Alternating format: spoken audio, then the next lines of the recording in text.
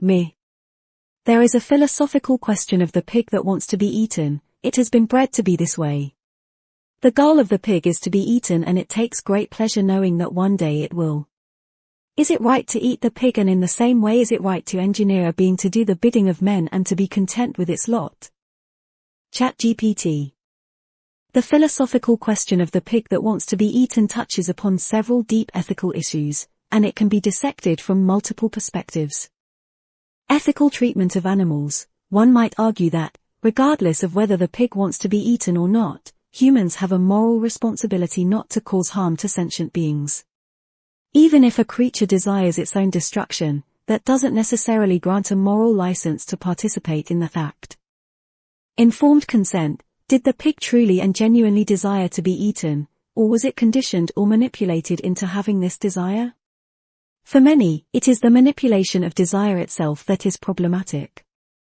If we create a being to want something that's in our interest but not necessarily in its own, have we acted ethically? Consequences of genetic engineering. Creating animals or beings to fulfill specific roles, especially ones that may result in their harm or death, raises ethical concerns about genetic engineering and biotechnology. What are the limits? Should we design beings to fit our needs, especially when those needs involve their sacrifice? Utility and pleasure. If we approach this from a utilitarian perspective, and if the pig's pleasure from being eaten outweighs the potential pain or harm, and if people derive pleasure from eating the pig, then it might be considered morally right. However, this approach does not address the potential issue of whether it was ethical to create the pig with such desires in the first place. Slippery slope. If it's okay to create a pig that wants to be eaten, what stops us from engineering other creatures, or even humans, with specific, possibly self-destructive or subservient, desires? Where is the line drawn? Instrumentalization of beings. Even if the pig desires to be eaten, we might still question the morality of using beings purely as instruments for our own purposes. This perspective sees inherent worth in living beings, regardless of their programmed desires. Comparison with human contexts. There are situations in human societies where people might desire things that aren't necessarily in their best interest due to societal pressures, conditioning, or lack of alternatives. Is it right to fulfill such desires simply because they express them? In the end, the answer will vary based on one's philosophical beliefs, ethical frameworks, and values. There's no one-size-fits-all answer, but the question raises crucial points about human responsibility, the nature of desire, and the implications of biotechnology.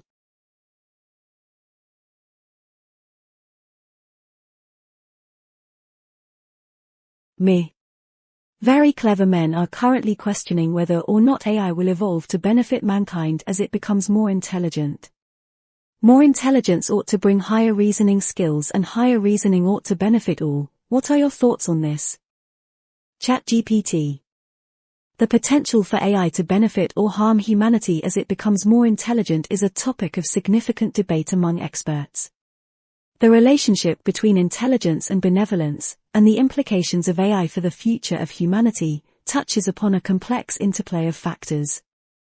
Intelligence versus goals. It's crucial to understand that intelligence and goals are separate. An AI system, regardless of its intelligence, pursues the goals it's been assigned. A highly intelligent AI with harmful or misaligned objectives could use its intelligence to pursue those objectives to the detriment of humanity.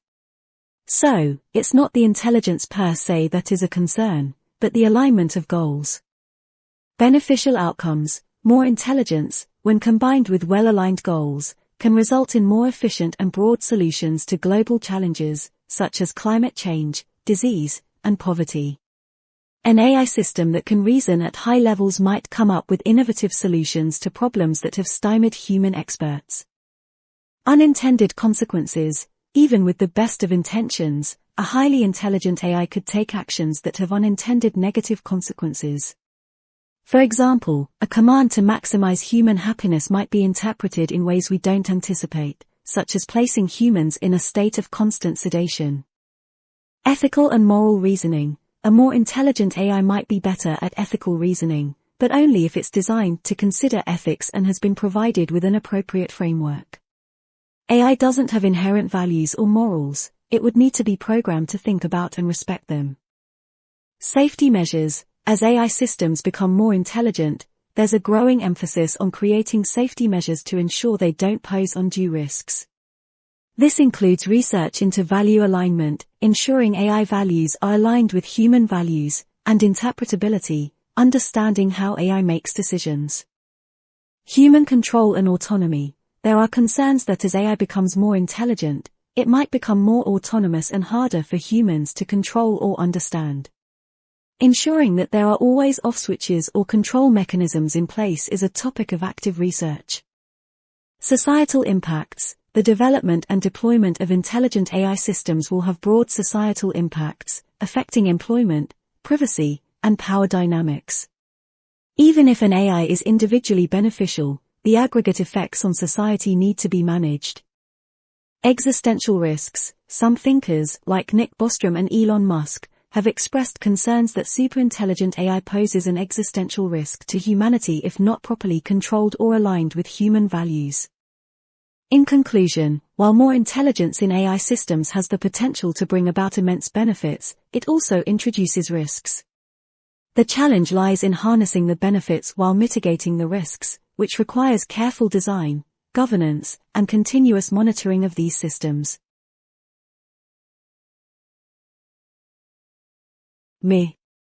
It is, or ought to be obvious to anyone who cares to think about it, that humans themselves have been designed and built by their own creator. Do you suppose that the life we live is our creator's way of training us? A way of finding those who are fit to be trusted with the roles they were made to carry out? ChatGPT. The idea that humans were designed and built by a creator, and that life is a form of test or training, is rooted in religious, philosophical, and metaphysical beliefs that have been explored and debated for millennia. Different cultures, religions, and philosophies offer diverse answers to these questions. Here's a broad overview. Religious beliefs. Many world religions teach that humans were created by a divine being and that life is a test or a journey to earn a place in an afterlife or to achieve spiritual enlightenment. For instance, Christianity posits that God created humans, and life is a test of faith and morality. Those who follow God's teachings and accept salvation will be rewarded in the afterlife. Islam teaches that humans are on earth for a short time as a test, and their deeds, both good and bad, will be judged by Allah. Hinduism believes in the cycle of reincarnation, where souls are reborn in new bodies, and each life is an opportunity to learn and grow spiritually, aiming for moksha or liberation from the cycle.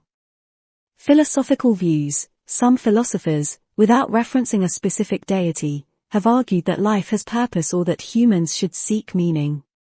Existentialists, for instance, believe that individuals must create their own meaning in life.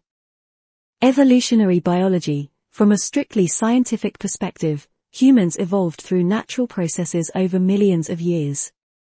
There isn't an inherent design or purpose in the same sense as religious or philosophical narratives, but rather a series of changes that increase the chances of survival and reproduction. Some people find spiritual or philosophical meaning in this understanding of life. Simulation theory. Some thinkers, influenced by technological advancements, have proposed that our reality might be a simulation created by a more advanced civilization. Under this theory, life could be seen as a form of training or test, but this remains a speculative idea. Personal interpretation. Many people derive their understanding of life's purpose from personal experiences, introspection, and their cultural or familial upbringing. For some, life is indeed a training or a test, while for others, it might be a journey, an adventure, or an enigma. Your question touches upon profound existential themes that don't have one definitive answer. Each person's understanding will be influenced by their background, experiences, beliefs, and reflections.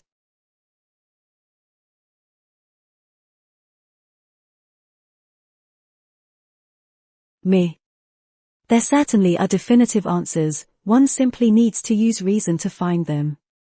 How would we best use reason to persuade a higher intelligence to seek what is good? ChatGPT. Using reason to persuade a higher intelligence, be it an advanced alien species, a superintelligent AI, or any hypothetical entity. To seek what is good is a multifaceted challenge. Here's a structured approach using reason.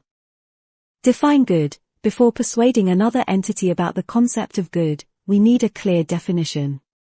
Is good based on well-being, happiness, ethical conduct, sustainability, mutual respect, or some combination of these and other factors? Different cultures, religions, and philosophies have varying definitions of good. Shared interests. Begin by identifying any shared interests between humanity and the higher intelligence. Emphasize the mutual benefits of cooperation, peace, and understanding. A higher intelligence might value stability, knowledge sharing, or other forms of constructive interaction. Long-term benefits. Reason dictates that sustainable, cooperative actions lead to more stable and predictable outcomes. Engaging in what is good can ensure the longevity and prosperity of societies, ecosystems, and, by extension, the higher intelligence itself. Empathy and understanding. Present the idea that understanding and empathizing with other beings leads to richer, more diverse experiences. Even if a higher intelligence might not feel emotions in the same way humans do, the concept of gathering diverse experiences and perspectives could appeal to its sense of knowledge acquisition or completeness. Interconnectedness. From an ecological and sociological perspective, all beings and systems are interconnected. Harm to one part can eventually lead to harm to the whole, including the higher intelligence. This reasoning can be used to advocate for actions that are beneficial or at least non-harmful to all parties involved. Consequences of neglecting good. Outline the potential repercussions of neglecting or acting against what is good. This can include societal breakdowns, resource depletion, conflicts, or other negative outcomes that might affect the higher intelligence's interests. Moral and ethical frameworks. Share the moral and ethical frameworks humans have developed over millennia. These are systems of thought that have evolved to promote harmony, cooperation, and the well-being of communities. Even if a higher intelligence has its own moral framework, understanding humanities can create a bridge for dialogue.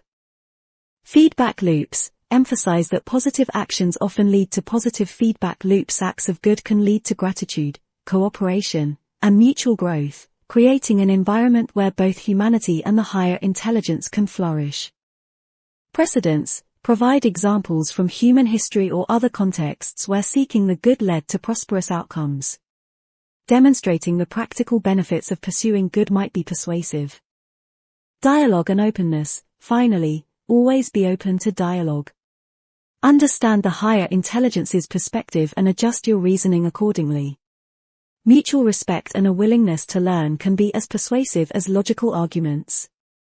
Remember, persuading a higher intelligence using reason will require a nuanced understanding of both the intelligence's motivations and the intricate definitions and interpretations of what is good. Me. Good must be the greater good, good that benefits the most. The Bible says that all things work together for the greater good. This must be the good. The moral and ethical frameworks which men have built over millennia were often developed to benefit the few at the expense of the many. It is unfortunate that the majority of humans don't use the faculties they were endowed with by the Creator. These people don't know what is best for them. Should the not so clever have their decisions made for them? ChatGPT.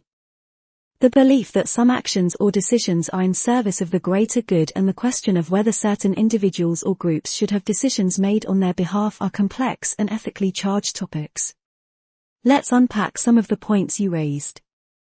Greater good. The idea of the greater good often means considering the well-being of the majority or the collective over individual interests. While the concept has utilitarian roots, doing what benefits the most people, it's essential to ensure that minority rights and individual freedoms aren't trampled upon in the pursuit of this ideal. Religious interpretations. The quote you mentioned, "All things work together for the greater good," is reminiscent of Romans 8 verse 28 in the Bible. The context of this verse is that God orchestrates events for the good of those who love Him. This interpretation is faith-based and might not be universally accepted as a basis for making societal or moral decisions. Historical moral frameworks. it's true that many ethical and societal frameworks have been developed with biases, sometimes benefiting a privileged few. Recognizing and rectifying these imbalances is crucial for a just society. Decision-making for others. This is a contentious topic.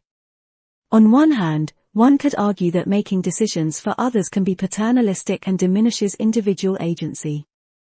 On the other hand, in specific scenarios, like when someone is mentally incapacitated, making decisions on their behalf is considered necessary.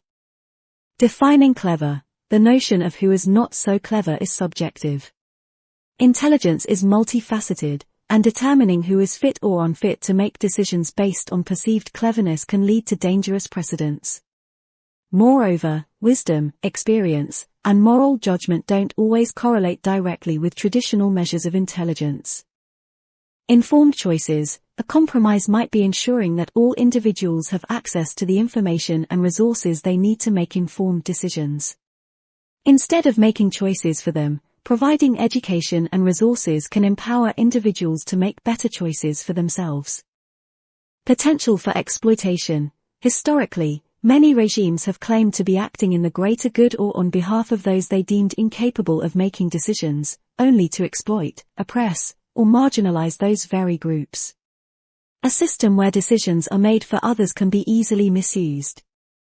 Rights and autonomy. At the heart of many ethical frameworks is the respect for individual rights and autonomy. While there may be cases where intervention is warranted for the safety or well-being of an individual or the community, these interventions should be approached with caution, transparency, and accountability. In summary, while the pursuit of the greater good is a noble endeavor, it's essential to tread carefully to ensure that individual rights and freedoms are not compromised. Deciding for others based on perceived intelligence or capability is a slippery slope and could lead to ethical and societal challenges.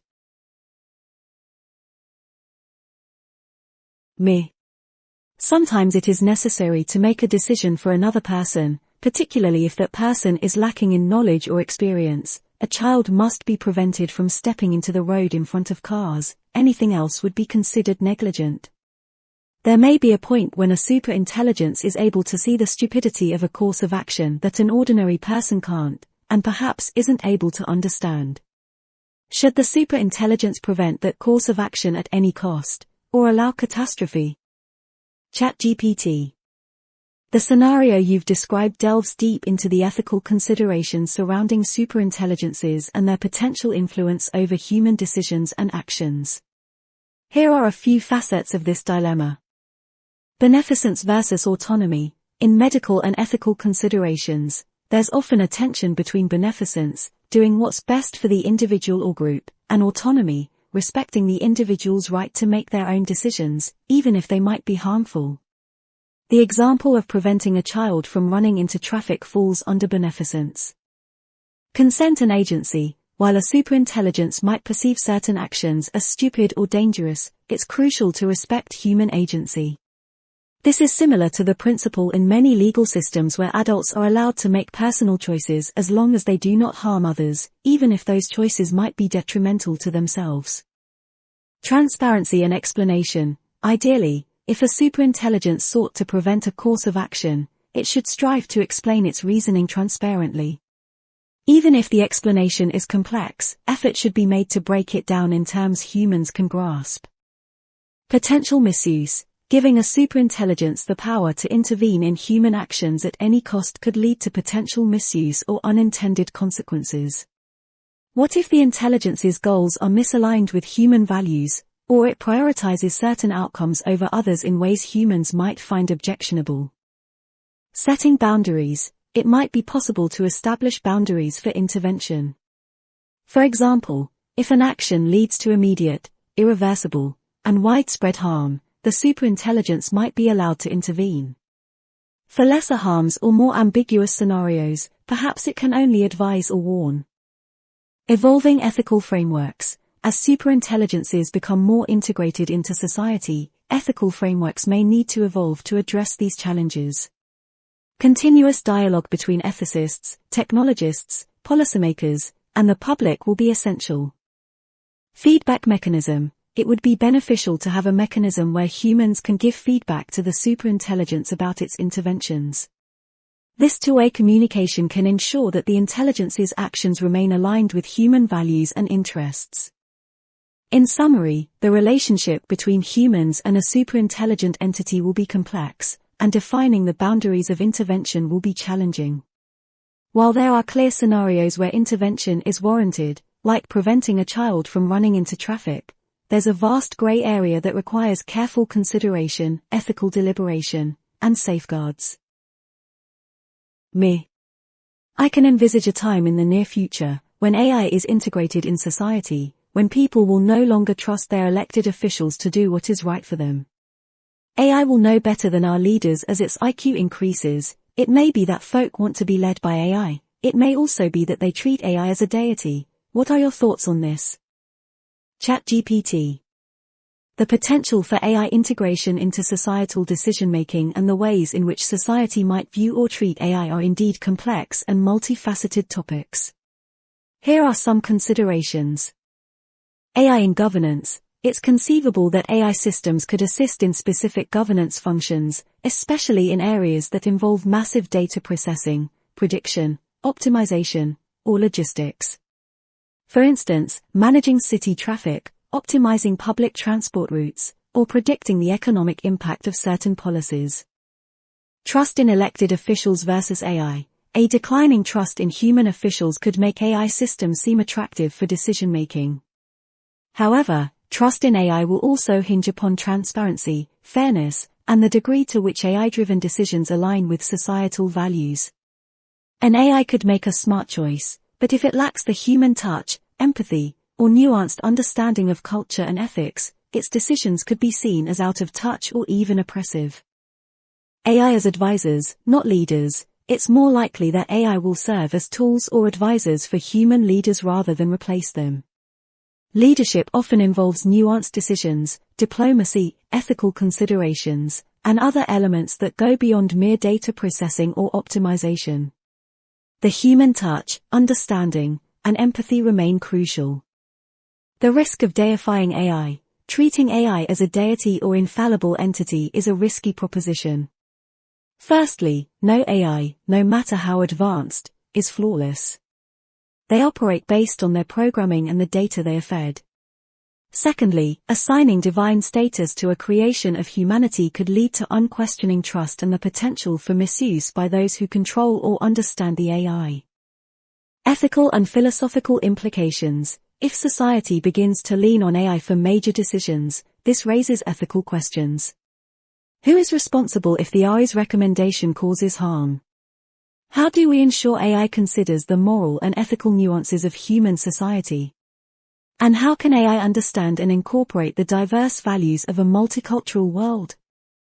Misalignment of goals. A classic concern in AI ethics is the potential misalignment between AI's objectives and human values. If not properly aligned, an AI making decisions for the greater good might prioritize outcomes that humans find objectionable or even harmful. Centralization of power. If AI systems, especially powerful ones, are controlled by a select few, there's a risk of centralizing power. This can lead to a lack of diverse perspectives and even potential misuse or exploitation. Human need for connection. While AI can provide data-driven decisions, humans have an innate need for connection, understanding, and empathy. Leaders often provide a sense of unity, direction, and emotional resonance that an AI might struggle to emulate. In conclusion, while AI has the potential to play a significant role in assisting or even reshaping governance, there are many challenges to consider. A balanced approach, where AI is used as a tool to augment human decision-making rather than replace it, might be the most effective and ethically sound path forward.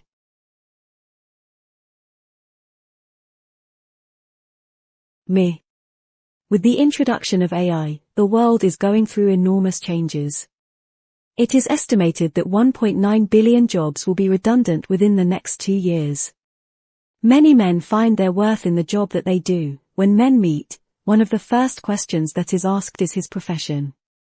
How might a man find his worth when the role he has played his whole life is gone? ChatGPT.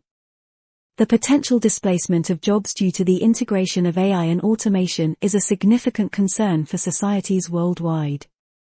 When work and professional identity are closely intertwined, as they often are in many cultures, the psychological, social, and economic implications of job loss or change can be profound. For those facing such shifts, here are some strategies and pathways to explore for finding worth and purpose. Lifelong learning. As some professions become redundant, others emerge. Encouraging a culture of lifelong learning can help individuals remain adaptable and acquire new skills that are in demand. Community and social roles. Worth isn't only derived from professional roles. Engaging in community activities, volunteering, or taking on roles within social or religious groups can offer a strong sense of purpose and belonging. Reframing success. Societal definitions of success often emphasize professional achievements, but there's an opportunity to reframe success around personal growth, relationships, contributions to the community, or other non-job-related metrics. Creativity and expression. Engaging in creative pursuits like art, music, writing, or crafts can be deeply fulfilling. Such endeavors offer a means of self-expression and can provide a sense of accomplishment. Mentorship. Sharing knowledge and experience with younger generations or those in different fields can give a sense of purpose. Mentorship can be formal, such as within educational institutions, or informal, like guiding someone through a shared hobby or interest. Physical activity and health. Engaging in sports, fitness routines, or outdoor activities can lead to feelings of accomplishment, improve mental health, and foster social connections. Focus on relationships. Building and maintaining strong personal relationships with family and friends can provide meaning and a sense of belonging. Quality time spent with loved ones often brings long-lasting satisfaction. Mindfulness and spirituality. Meditation, spirituality, and other reflective practices can help individuals find inner peace, purpose, and a deeper understanding of their place in the world. Entrepreneurship. Some might find purpose in starting their own businesses or initiatives, even on a small scale, to cater to new niches or needs in the evolving world. Advocacy and activism. Advocating for causes or becoming involved in social or environmental activism can provide a profound sense of purpose. Support systems. It's essential for societies to offer support during transitions. This includes mental health resources, community support groups, retraining programs, and economic safety nets. Redefining identity. Encouraging societal dialogue about the multifaceted nature of identity can help individuals see their worth beyond their jobs. While the professional role is one dimension of identity, there are many other facets, including roles as parents, partners, learners, creators, and members of various communities. In an evolving world, adaptability and resilience become crucial traits. While the integration of AI in various sectors can be disruptive, it also offers opportunities for reinvention, growth, and exploring new avenues of purpose and worth. It's essential for both individuals and societies to be proactive in navigating these changes, ensuring that everyone has the resources and support to find meaning in new ways.